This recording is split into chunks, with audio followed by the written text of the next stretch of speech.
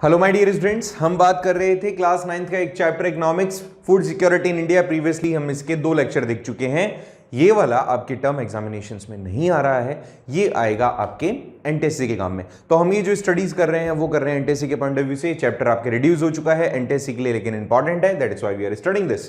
Previously जो 2 lectures हमने देखे उसमें हमने इसके बेसिक्स को समझा, इंट्रोडक्शन हमने स्टार्ट किया था पहले वाले लेक्चर में। फिर हमने उस पहले वाले लेक्चर से हमने अवेलेबिलिटी, एक्सेसिबिलिटी एंड अफोर्डेबिलिटी को बेस बनाते हुए फूड सिक्योरिटी किस तरह से इंडिया के अंदर इंपॉर्टेंट हो जाती है उसको हमने समझने की कोशिश की। हमने उसके कुछ कारणों को देखा जिन कारणों से फूड सिक्योरिटी हमें देनी पड़ती है, ये सारे कारण हमने डिस्कस किए। इसके बाद में हमने ये भी देखा कि कुछ ऐसे रीजन भी होते हैं, नेचुरल रीजंस भी होते हैं जिसके कारण भी फूड सिक्योरिटी हमें देने की ज़रूरत होती है।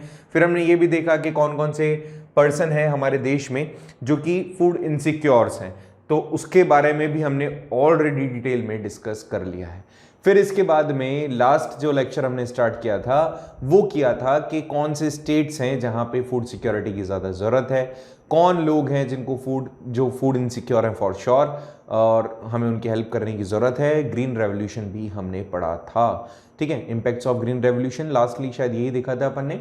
इसके बाद में हमने ये लास्टली हमने buffer stock and PDS system के बारे में पढ़ा था, पीडीएस के बारे में पढ़ा था कि क्या बफर स्टॉक होता है और क्या पब्लिक डिस्ट्रीब्यूशन सिस्टम होता है, ठीक है। ये सारी चीज़ें हम देख चुके हैं।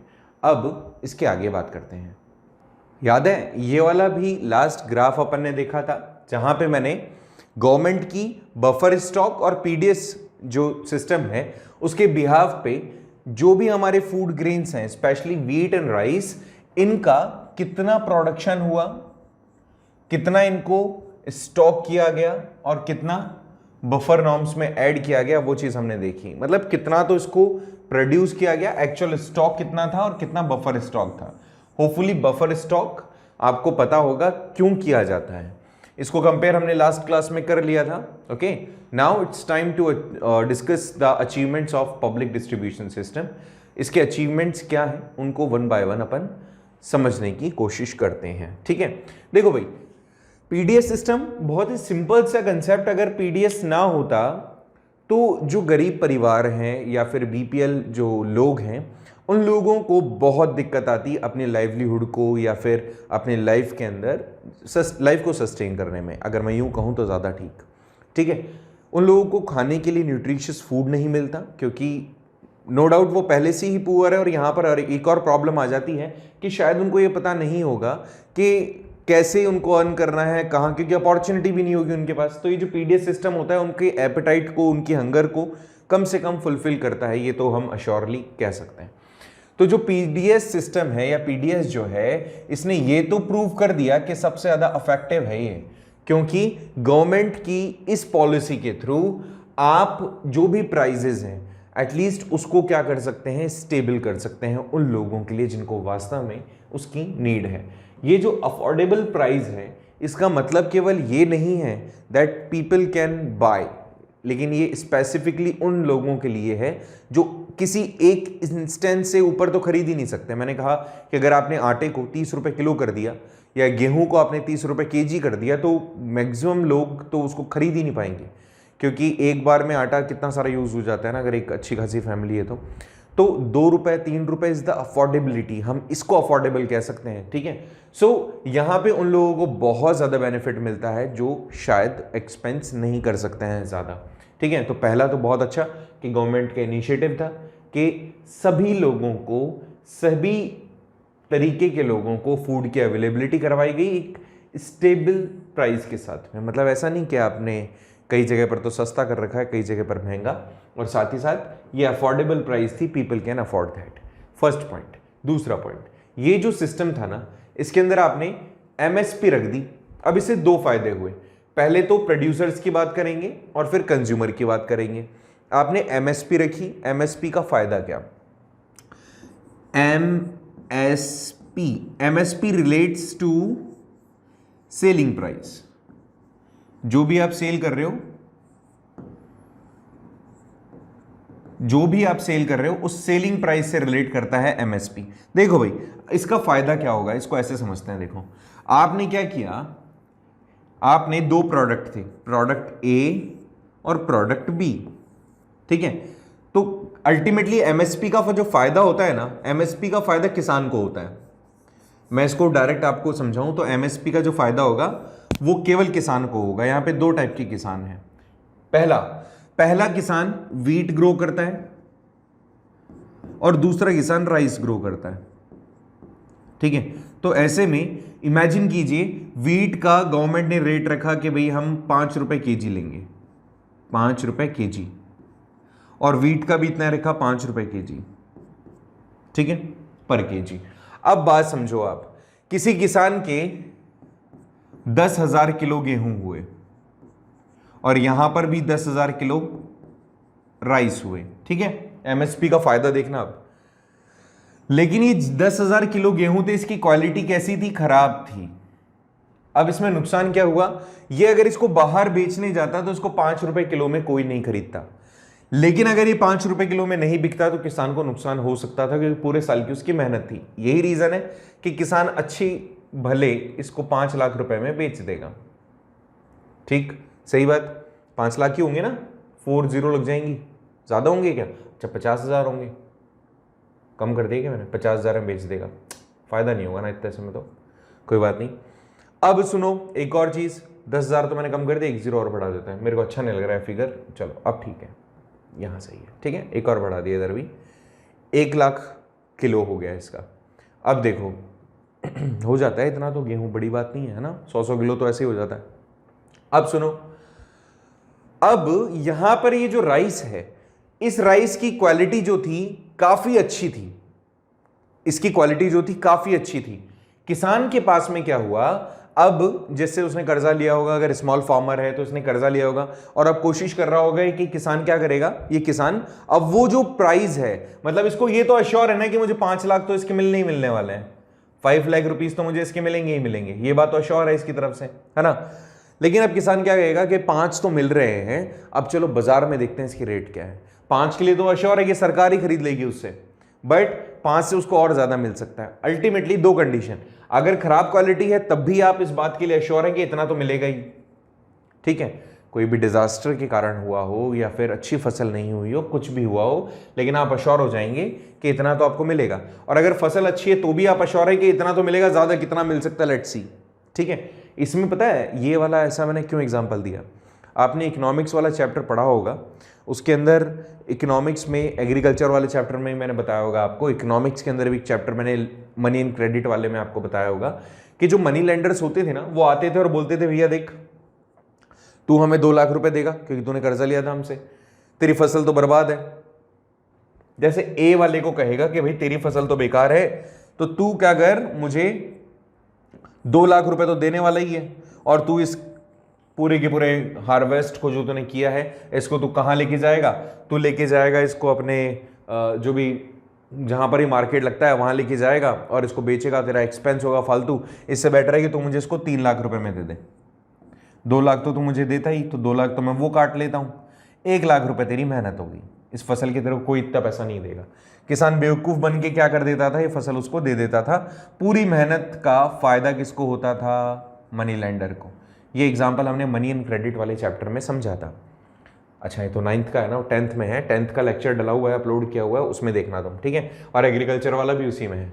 तो वहां पर क्या होगा फिर, ये मनी लेंडर प्रॉफिट में रहेगा, किसान नुकसान में रहेगा। इसी चीज को खत्म करने के लिए सरकार ने क्या किया, उसने बोला देख तेरी असल कीमत तो इतनी तो हम दे रहे हैं, 5 लाख तो हम दे रहे हैं। किसान को ये जब बात पता चलेगी तो वो पहले एश्योर हो जाएगा कि भैया देख 5 लाख तो मुझे सरकार ही दे रही है, 3 लाख में मैं तुझे क्यों दूं। इससे फायदा क्या, किसान जब समझदार हो जाएगा ना तो उसको इन पॉलिसीज का मतलब समझ में आएगा, और अल्टीमेटली इसके बाद में किसान को कोई बेवकूफ नहीं बना पाएगा। ये इसके पीछे का रीजन था। होपफुली ये चीज तुम्हें समझ में आई होगी एमएसपी से रिलेटेड। एमएसपी बहुत अच्छा कंसेप्ट है, इसको थोड़ा सा और स्टडी करिएगा आप। अगर आपको नहीं समझ में आए तो मुझे बताइएगा, इसके ऊपर मैं अलग से एक वीडियो और बना दूंगा। होपफुली जब आप इन सब चीज़ों को देखेंगे तो, और इसको अगर समझ रहे होंगे तो तुम्हें ये सारी चीज़ें समझ में आ रही होगी। आप आज के लिए इसको पढ़ रहे हो या नेक्स्ट ईयर जब आप एग्जामिनेशन एनटीएससी का, अगर 9th क्लास वाले बच्चे देख रहे हैं और एनटीएससी का एग्जामिनेशन वो देने की सोच रहे हैं, तो these chapters will give you the extra marks. क्यों बोल रहा हूं मैं ऐसा, क्योंकि जो बच्चे बेटा स्कूल्स में इन चैप्टर्स को उन्होंने नहीं पढ़ा ना, तो इंडिविजुअली वो नहीं पढ़ पाते हैं। एंड इस बात को मान के चलो आप, बहुत सारे आप में से ऐसे बच्चे हैं, कुछ तो देखो ठीक है जेन्युइनली लेक्चर्स नहीं देखते हैं, लेक्चर्स फॉलो नहीं करते हैं, बट जिनके पास में रिसोर्सेज की एक्चुअल में कमी है, उन लोगों को ये सारी चीज़ें जो हम प्रोवाइड कर रहे हैं, ये एक तरीके से मान के चलें आप एसेंस हैं हर एक चीज़ का। बहुत मेहनत लगती है इन सभी के पीछे आप लोगों के लिए। आप जब हम कोई लेक्चर डिलीवर करते हैं, every single teacher on YouTube, ऐसा नहीं है कि we are talking about just competition niche, हर एक व्यक्ति अपने एफर्ट्स डाल रहा होता है आपकी मेहनत के लिए, वो अपना सब कुछ दे रहा होता है आपको।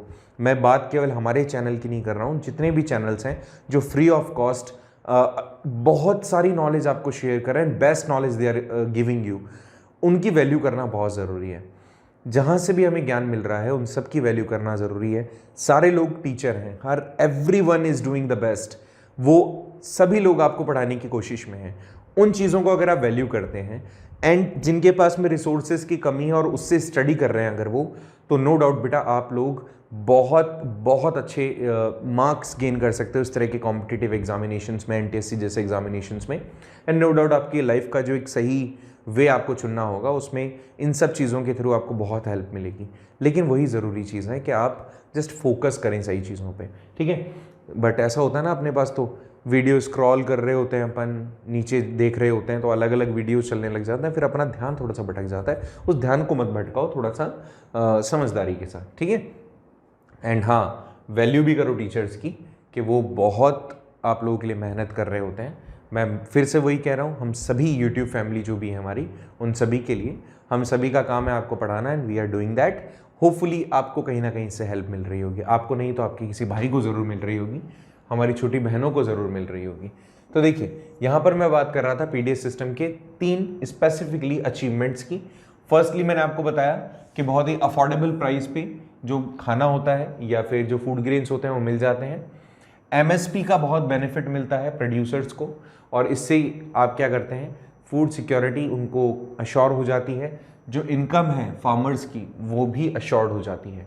इसके अलावा एक अचीवमेंट ये रहा है 2014 के अंदर, जो स्टॉक वीट का और हमारे यहाँ राइस का था, वो लगभग इतना था जितना कभी नहीं हुआ, ठीक है। मतलब आप बैठा करके भी 2 साल तक मतलब भारत को खिलाओ ना पूरा पूरा दोनों टाइम का खाना, तब भी खत्म नहीं हो, ये स्टॉक कितना था हमारे पास में, ठीक है। तो ये अचीवमेंट्स थे हमारे, और तभी पॉसिबल हुआ जब हमने पीडीएस सिस्टम को अडॉप्ट किया, पीडीएस के थ्रू बफर स्टॉक किया। बफर स्टॉक का फायदा दोनों तरीके से मैंने बताया था तुम्हें। बफर स्टॉक करने से एक तरीके से महंगाई को भी आप कंट्रोल कर लेते हो, और लोगों के पास में जो फूड नहीं पहुंच रहा है उसको भी आप फुलफिल कर देते हो। तो बफर स्टॉक बहुत सही चीज़ है, ठीक है। नेक्स्ट पॉइंट पे बात करते हैं। यहाँ पे पीडीएस सिस्टम के साथ में प्रॉब्लम्स क्या आई, उनको भी एक बार समझने की कोशिश करना बहुत ज़रूरी है। अचीवमेंट्स तो आपने देख ली, प्रॉब्लम्स भी देख लेते हैं। देखो भाई, हर एक चीज़ का पॉजिटिव और नेगेटिव एस्पेक्ट होता है। यहाँ पे पीडीएस सिस्टम के कुछ नेगेटिव एस्पेक्ट्स थे। सबसे पहले पॉइंट से शुरुआत करते हैं। तो देखो, फर्स्ट पॉइंट आपको क्या बताता है, जैसे ऊपर हमने डिस्कस किया था, काफ़ी अच्छी अच्छी बातें डिस्कस की, बट नीचे कुछ प्रॉब्लम्स भी हैं।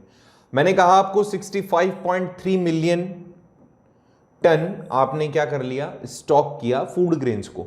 बट सोचो, इतना सारा फूड ग्रेन आपने स्टोर करना है, कितना बड़ा वेयर हाउस चाहिए होगा। और सोचो, हमें उसको हर तरीके से बचाना पड़ेगा, ज़्यादा धूप ना लगे, पानी तो बिल्कुल नहीं आना चाहिए, कीड़े पड़ गए तो उसमें दवा भी डालनी है, और कोई चोरी ना कर ले, तो कितना ज़्यादा आपको उसको केयर करना पड़ेगा। तो ऐसा ही है फर्स्ट पॉइंट, जो प्रॉब्लम हमारे लिए क्रिएट करता है कि यहाँ पे जो कैरिंग करने की जो कॉस्ट होती है वो काफ़ी बढ़ जाती है, वेस्टेज भी काफ़ी बढ़ जाता है, और क्वालिटी भी गिरती है। पुराना अनाज है तो वो ज़्यादा अच्छा नहीं होगा, उसमें नो डाउट वो अनाज खराब होने लग जाएगा। तो जितना आपने स्टॉक किया उसको तुरंत आपको कंज्यूम के लिए भी भेजना पड़ेगा, और नए वाले स्टॉक को स्टॉक करो, मतलब 1 साल का रखो ज़्यादा से ज़्यादा, ठीक है। अदरवाइज आपकी रिस्पॉन्सिबिलिटी बहुत बढ़ जाएगी। दूसरे नंबर पर हमने बात की एमएसपी आपने दी। अभी मैंने आपको बताया ना, पुअर क्वालिटी वाला उसने 5 लाख रुपए में बेच दिया सरकार को, उसकी एक्चुअल क्वालिटी 2 लाख भी नहीं है। तो सरकार को इस तरह का भी बियर करना पड़ता है, स्पेशली उन स्टेट्स में जैसे पंजाब, हरियाणा, आंध्र प्रदेश और यूपी, राजस्थान का कुछ हिस्सा। इन जगहों पर बहुत अच्छा प्रोडक्शन होता है, ठीक है। अब जो भी प्रोडक्शन है, इसमें हर प्रोडक्शन तो उस अच्छी क्वालिटी का नहीं होगा ना। अच्छी क्वालिटी तो बाजार में बेचा जाता है, और जो पुअर क्वालिटी होता है उसको एमएसपी के कारण सरकार को दे दिया जाता है। जैसे मैंने आपको 2 एग्जांपल दिए थे, ए और बी के। बी वाला 5 लाख को तो उसको अश्योरिटी थी ना कि 5 लाख तो सरकार देगी देगी, तो 5 से ऊपर बेचेंगे अपन तो, है ना। हम क्या सोचते हैं एमएसपी के थ्रू कि हमें अच्छा ग्रेन मिलेगा, लेकिन एमएसपी में किसान बेवकूफ़ नहीं है, चतुर बहुत है किसान भी। तो एमएसपी में अच्छा गेहूं तो वो नहीं देगा, अच्छी फूड ग्रेन्स तो वो नहीं देगा, अच्छी क्वालिटी के फूड ग्रेन्स वो ओपन मार्केट में बेचेगा, और जो बुरे क्वालिटी के फूड ग्रेन्स हैं उसको सरकार को दे देगा, क्योंकि उसने एमएसपी ली है। हालांकि चलो कोई नहीं, फिर भी किसान किसी भी तरीके से प्रॉस्परस हो, सरकार भी यही चाहती है। तो एमएसपी का भी एक नुकसान हमें इस तरह से देखने को मिलता है, स्पेशली इन स्टेट्स में। थर्ड पॉइंट, मैंने इसके बारे में जब आपको पीडीएस सिस्टम पढ़ा रहा था, पीडीएस बता रहा था, तो वहां पर ही मैंने आपको बताया था कि जो राशनिंग शॉप्स जिनको हैंडओवर की जाती है टेक केयर करने के लिए, वो लोग करप्ट निकलते हैं कई बार, बहुत सारी मेल प्रैक्टिसेस वो करते हैं। इसमें होता क्या है, शॉप नहीं खोलते हैं, सामान को रिप्लेस कर देते हैं, ठीक है, बहुत सारे ऐसी एक्टिविटीज़ करते हैं जो कि शायद सही नहीं होगी। तो इन सभी चीज़ों को नेगेटिव करप्शन के अंदर काउंट किया गया है, इससे कि एक्चुअल में जिसको बेनिफिट मिलना चाहिए उसको तो मिलता नहीं, वो अपने घर भरते रहते हैं, ठीक है। फूड ग्रेन्स हुए और भी बुरी क्वालिटी का लेकर आ गया, अच्छी क्वालिटी का बाजार में बेच दिया, या फिर वो जो गेहूं पीसने वाली जो शॉप्स हैं उनको दे दिए गेहूं, टाइम पर दुकान नहीं खुल रही है, ठीक है, लोग आ रहे हैं जा रहे हैं, पड़ा पड़ा गेहूं खराब हो रहा है, तो क्या किसी के भी नाम से उसने फिंगरप्रिंट लगा के किसी को भी बेच दिया। इस तरह की चीज़ें यहाँ पर होती है, ये अमूमन देखा गया है। तो दीज 3 प्रॉब्लम्स, अगर आपको और भी याद आ रही है तो कमेंट बॉक्स में ज़रूर बताना मुझे कि और क्या यहाँ पे प्रॉब्लम्स देखने को मिल सकती है या मिलती है। नो डाउट आप लोगों में से बहुत सारों का राशन कार्ड बना हुआ होगा, तो राशन कार्ड के थ्रू क्या आप लोग भी राशन लेकर आते हैं? अगर आते हैं तो प्लीज़ बताएं कि आपको कितने रुपए के अंदर केरोसिन ऑयल और कितने रुपए में शुगर या फिर जो टी है वो मिल रही है, ठीक है। आगे देखिए, नेक्स्ट पॉइंट के ऊपर बात करते हैं। तो यहाँ पर हमारे सामने आती है सिचुएशन कि क्या रोल है यहाँ पे कोऑपरेटिव्स का। ऑलरेडी हमने कोऑपरेटिव्स के बारे में पढ़ा है, अमूल के बारे में हमने पढ़ा है, लेकिन शायद आप लोगों को भी याद नहीं आ रहा होगा, ठीक है। अमूल एक बहुत बड़ा कॉर्पोरेटिव हाउस है, क्या होता है उसके बारे में पढ़ेंगे, बट पहले एक बार सारी पीपीटी हम सामने रख लें। चलो कोई नहीं, एक एक करके देख लेते हैं इसको, ऐसे स्लाइड्स इसकी बनाई हुई है। तो सबसे पहले है कि इन कॉर्पोरेटिव हाउसेस का रोल क्या होता है। ये कॉर्पोरेटिव्स क्या होते हैं, देखो 15 से 20 लोगों का मिलके एक ग्रुप बन जाता है, जिसका मेन मकसद होता है कि वो लोग मिलकर के अपनी जो नीड्स है उसको फुलफिल करेंगे। तो ये जो कोऑपरेटिव्स होते हैं, ये जैसे इमेजिन कीजिए 15 से 20 लोगों का एक ग्रुप बना, थोड़ा थोड़ा उन्होंने पैसा इकट्ठा किया, कुछ अपनी शॉप डाल दी उन्होंने, सामान बाहर से लेकर आए, सस्ते दामों पर एक साथ बल्क में सामान परचेज किया, फिर आपस में डिस्ट्रीब्यूट कर लिया। सेम ये वैसा ही है कि जैसे क्लास के अंदर 20 लोग हैं, एक इंडिविजुअल जाकर के पेन खरीदेगा तो वो उसको 5 रुपए का 10 रुपए का मिलेगा, और एक बंदा उन सभी के बिहाफ पे पेन खरीद के लाएगा और पूरा 20 पेन एक साथ लेगा, तो पैकेट में लगभग वो पेन 4.5 रुपये 4 रुपये का ही पड़ेगा आपको, तो 1 रुपया बच गया ना 5 रुपये में भी। तो ऐसे में ये कोऑपरेटिव हाउसेस इसी तरीके से काम करते हैं। ये काफ़ी बड़े पैमाने पर भी हो सकते हैं, जैसे अमूल इंडस्ट्री का मैंने आपको नाम लिया, आनंद मिल्क यूनियन लिमिटेड, अमूल का फुल फॉर्म यही होता है। अब इसमें क्या है, इसमें प्रोड्यूसर से लेकर सप्लायर तक, सप्लायर से लेकर के मैन्युफैक्चरर तक, पैकेजिंग तक, और फिर उसको कंज्यूमर्स तक डिलीवर करने वाले तक, जितने भी लोग, जितने भी यूनिट्स हैं, उसके जो भी इनिशियली स्टार्टिंग के अंदर जो पर्सन थे वो सारे के सारे उसके मेंबर थे, हेड थे। ऐसा नहीं था कि एक आदमी ने इंडस्ट्री स्टार्ट की और सारे लोग फिर उसके अंदर एज ए एम्प्लॉय काम करने लगे, सारे उसके ओनर्स थे, ओनरशिप सबको मिली हुई थी। तो इस तरह के जो ग्रुप ऑफ पीपल होते हैं वो एक तरीके से कॉर्पोरेटिव्स कहलाती हैं। इसके अंदर हम बात कर रहे हैं इनका रोल क्या है, तो सबसे पहले रोल यहाँ है कि जो कॉर्पोरेटिव्स होते हैं ये भी बहुत एक इंपॉर्टेंट रोल प्ले करते हैं फूड सिक्योरिटी में, स्पेशली सदर्न रीजन में और वेस्टर्न रीजन में हमारे देश के बहुत सारी इंडस्ट्रीज आपको देखने को मिल जाएगी जो इसी कंसेप्ट पे काम कर रही है। दूसरे पॉइंट में अगर मैं बात करूँ तो ये जो कॉर्पोरेटिव हाउसेज होते हैं, ये जितने भी कॉर्पोरेटिव हाउसेज होते हैं ये अपनी खुद की शॉप सेटअप करते हैं, जैसे मैंने अभी आपको बताया, वो बल्क में सामान खरीदते हैं और जब वो सेल कर रहे होते हैं तो वो लो प्राइस में सेल करते हैं। मैंने वही कहा 100 लोगों ने मिलकर के एक कॉर्पोरेटिव हाउस शुरू किया, हर किसी ने 100 रुपये मंथली दिया, तो वो मंथली 100 रुपये देने पर हो गया 10,000, ठीक है। अब इस 10,000 का सामान खरीदा जाएगा, मैंने बोला आपको 10,000 रुपये के अंदर अप्रॉक्सीमेटली 1,000 किलो आपका आटा आ गया, ठीक है, ऐसे मान लेते हैं 1,000 किलो आपका आटा आ गया। अब अगर ये इंडिविजुअल कोई पर्सन, कितना, हर एक इंसान के लिए 10 किलो आटा हो गया ना, मेरे कैलकुलेशन सही है? बिल्कुल सही है। 10 केजी आटा हो गया हर एक इंसान के लिए। अगर हर एक इंडिविजुअल इंसान ये 10 केजी आटा खरीदता तो उसको पे करना पड़ता लगभग 13 रुपए के हिसाब से। बात समझ में आ रही है? लेकिन अब उसको कितना पे करना पड़ा? 10 रुपए के हिसाब से केवल 10 रुपीज। ये बहुत छोटा एग्जाम्पल मैंने आपको दिया। यहाँ 13 रुपीज, यहाँ 10 रुपीज। अल्टीमेटली ये जो गैप है 3 रुपीज का, ये प्रॉफिट है। ये 3 रुपीज का जो प्रॉफिट है, this profit goes directly in the pocket of these cooperative members. तो इस तरह से आपको देखने को मिल सकता है कि बहुत ही लो प्राइस पे गुड्स अवेलेबल हो जाते हैं। यहाँ पे पुअर पीपल बोल रहे हैं, बट कॉर्पोरेटिव्स पुअर पीपल्स के लिए ही काम नहीं करती है। कॉर्पोरेटिव्स तो कोई भी बना सकता है, वो अलग बात है, वो रजिस्टर्ड होती है कि non registered firms. Got it? अच्छा, एक और चीज यहाँ पर मेंशन की गई है, अगर आप कंफ्यूज हो रहे हो तो छोटा सा कंसेप्ट और बता देता हूँ। कुछ कॉर्पोरेटिव्स ऐसी भी है जो केवल गरीबों के लिए काम करती हैं, ठीक है? वो लोग, उसके मेंबर खुद ही कंज्यूम नहीं करते उन गुड्स को, उन जो भी आइटम्स हैं, ऑटोमेटिकली वो सारे के सारे डोनेट हो जाते हैं गरीबों के लिए। थर्ड पॉइंट, जैसे हम दिल्ली के अंदर बात कर रहे हैं, मदर डेयरी एक कॉर्पोरेटिव हाउस है, और इसके ऊपर आप मान के चलें जो भी यहाँ पे मदर डेयरी से बनने वाले जो भी प्रोडक्ट्स हैं, उन सभी को ग्रुप ऑफ पीपल चलाते हैं। गवर्नमेंट ऑफ दिल्ली डिसाइड करती है कि इसको कंट्रोल करेगी कंज्यूमर्स के लिए। ऐसे ही अमूल भी एक बहुत सक्सेसफुल स्टोरी है कॉर्पोरेटिव हाउस की, जो मिल्क प्रोडक्ट्स बनाती है, ठीक है? ये दोनों स्टोरी है। नेक्स्ट, महाराष्ट्र के अंदर यहाँ पे academy of development science, ADS, ये फैसिलिटेटेड है कि इसने एनजीओज के साथ में मिलकर के कई सारे अलग अलग जगहों पर इसने ग्रेन बैंक्स बनाए हैं। अभी जो ग्रेन बैंक्स क्या हैं, मतलब फूड ग्रेन्स दे देते हैं, फिर उस फूड ग्रेन्स को ये लोग जो भी प्रोडक्ट बनने होते हैं, जैसे बिस्किट्स हो गए या फिर कोई भी उसके फ्लोर से जो भी चीज़ें बन सकती हैं, ब्रेड हो गई, उन सबको क्या किया जाता है, फिर सेल किया जाता है, ठीक है?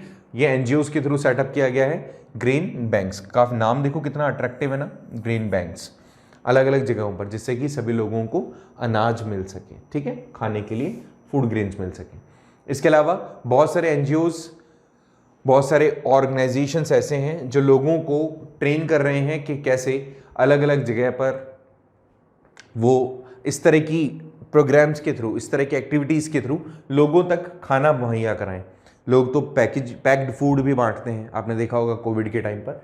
तो एनजीओज ये सारा ऐसा कुछ काम करती हैं। ये कॉर्पोरेटिव हाउसेज होते हैं, इनमें एक्चुअली डोनेशंस वगैरह मिलती हैं, वो डोनेशंस के थ्रू ये लोग, आपने देखा होगा, इसका एग्जांपल और देता हूँ। जैसे आप कभी भी ऑनलाइन फूड अगर ऑर्डर करते हैं तो उसमें एक डोनेशन का ऑप्शन आता है। जब फाइनल बिलिंग पर आप जाते हैं, डोनेट करना होता है 2 रुपये 3 रुपये, फिर उसमें लिखा हुआ भी होता है कि ये इस एनजीओ को जाएगा, ये क्या करेगी, इस आदमी को खाना देगी, एक टाइम का खाना देगी। इस तरह से आप देखते होंगे, तो ये वही सिस्टम है। ये इसी तरीके से एकेडमी ऑफ डेवलपमेंट साइंस, इनकी थ्रू कई सारी ऐसी एनजीओज इनके साथ इनिशिएटिव लेके चल रही हैं। सो जो लोग इस ही काम को लेकर के डेडिकेटेड हैं कि सभी लोगों के पास में खाने के लिए तो खाना होना ही चाहिए।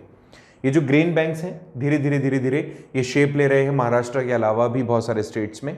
जो ये ADS है, इसके एफर्ट्स इन ग्रेन बैंक्स को लेकर के काफ़ी ज़्यादा है, और गवर्नमेंट भी काफ़ी ज़्यादा इन्फ्लुएंस्ड है, एनजीओज भी इसमें काफ़ी बड़े पैमाने पर इसमें सपोर्ट कर रही हैं। एंड इसके अंदर क्या होता है, काफ़ी सारे लोग इससे कनेक्टेड हैं, बहुत सारे लोग इसके अंदर डोनेट वगैरह करते हैं। तो बहुत ही सिंपल सा कंसेप्ट था, होपफुली ये चीज़ समझ में आ गई होगी तुम्हें। तो इस तरह से ये अपना जो चैप्टर था ये ख़त्म हुआ। काफ़ी छोटा सा लेक्चर था। इस चैप्टर के अंदर हमने जो भी समझा उससे काफ़ी सारे क्वेश्चंस बन सकते हैं। नेक्स्ट ईयर जो बच्चे 9th क्लास में आएंगे और इस चैप्टर को देखेंगे, नो डाउट उनकी इस बार तो कोई कोर्स रिड्यूस होगा नहीं, पूरा का पूरा कोर्स आना ही है। तो ऐसे में उनको इस चैप्टर का बहुत बेनिफिट मिलने वाला है कि स्कोरिंग मार्क्स देता है हमें, ठीक है? सो होपफुली चैप्टर तुम्हें समझ में आया, और NTSC के पॉइंट ऑफ व्यू से चैप्टर भी तुम्हें समझ में आएगा। कुछ क्वेश्चंस लास्ट में करवाऊंगा मैं भी बाद में, एक साथ कुछ कोर्स जल्दी थोड़ा सा फास्ट हो जाए, ठीक है? और एग्जाम की जैसे डेट आएगी फिर हमारी टेस्ट सीरीज़ भी चलेगी और होपफुली चलेगी। एंड उसके अलावा मैं तो पर्सनली आपको वीडियो दिखाऊंगा ही इनके कुछ, जिसमें हम प्रीवियस ईयर क्वेश्चंस डिस्कस करेंगे, ठीक है? सो आज के लिए इतना ही, मिलते हैं कल एक नए चैप्टर के साथ में, कुछ नई और बातों के साथ में। तब तक के लिए हैव अ नाइस डे।